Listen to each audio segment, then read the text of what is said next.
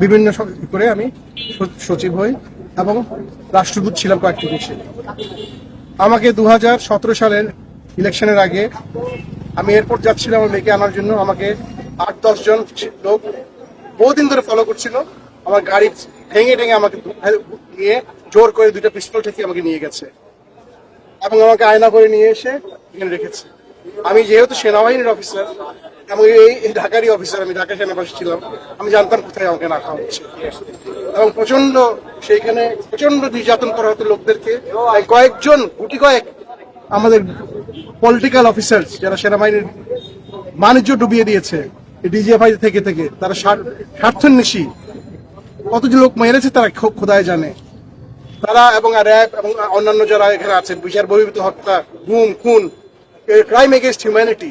আমার দোষ কি ছিল? আমি কোনো রাজনীতি করিনি কখনো, আমি কোনো দলও করিনি, আমি সরকারি কর্মকর্তা ছিলাম একজন। আমার দোষ ছিল যে আমি লেখালেখি করতাম।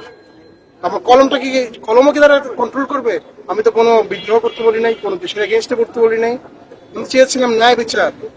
এই ন্যায় বিচারের জন্য কি আমাকে 16 মাস এই ডাঞ্জেনে আয়না করে ফেলে রেখে মাটির তলের মধ্যে অন্ধকার রুমে আমি যে কত ক্ষতিগ্রস্ত হয়েছি ফিজিক্যালি সেটা আপনাদের বলে বোঝাতে পারবো না।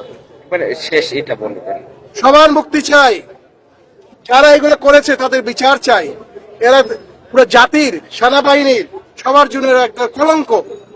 এরা কি কোনোদিনই এদেরকে ছাড়া হবে না, এটাই আমার দাবি। এবং আজকে আমরা বসে আছি, তারা আমাদের মুক্তি দিবে, আমাদের সামনে আনবে, আমাদেরকে রাস্তার যে চোখ বন্ধে ফেলে দিবে যেরকম আমাকে ফেলেছিল সেরকম হবে না। জনতার সামনে তারা মুক্তি দিবে সবাইকে।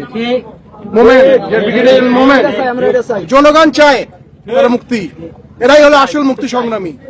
আমাকে গুম করে রাখা হয় এখানে, জায়গাটা খুবই কাছে। ওখানে এটা জয়েন্ট ইন্টিগ্রেশন সেল বলে, জয়েন্ট ইন্টিগ্রেশন সেল, ওইটাকে ডেভেলপ করে তারা আয়নাঘর বানানো হয়। প্রচুর লোক ওখানে আটকানো আছে, মানবতা জীবনযাপন করতে, কান্নাকাটি করতে, বিশ্রী এক অবস্থা।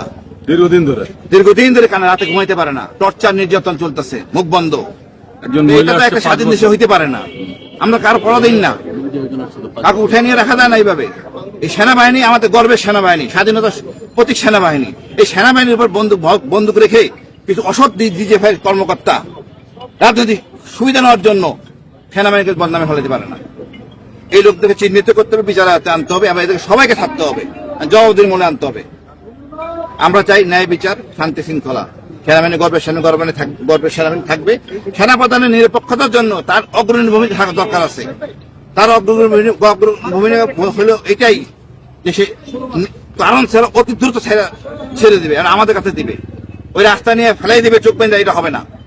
এইসব গল্প বন্ধ, 6-9 হবে না। এইখানে আমাদের দিতে হবে, আমরা এখানে যাবো না। আমরাও সেনাবাহিনী অফিসার, অনেক সেনাবাহিনী অফিসার আছে, এর সবাই সেনাবাহিনী সদস্য, এদেশের সন্তান। কিছু অল্প কয়েকজন ডিজিএফআই সদস্যের জন্য আমরা হইতে পারি না। ডিজিএফআই দেশ চালায় না।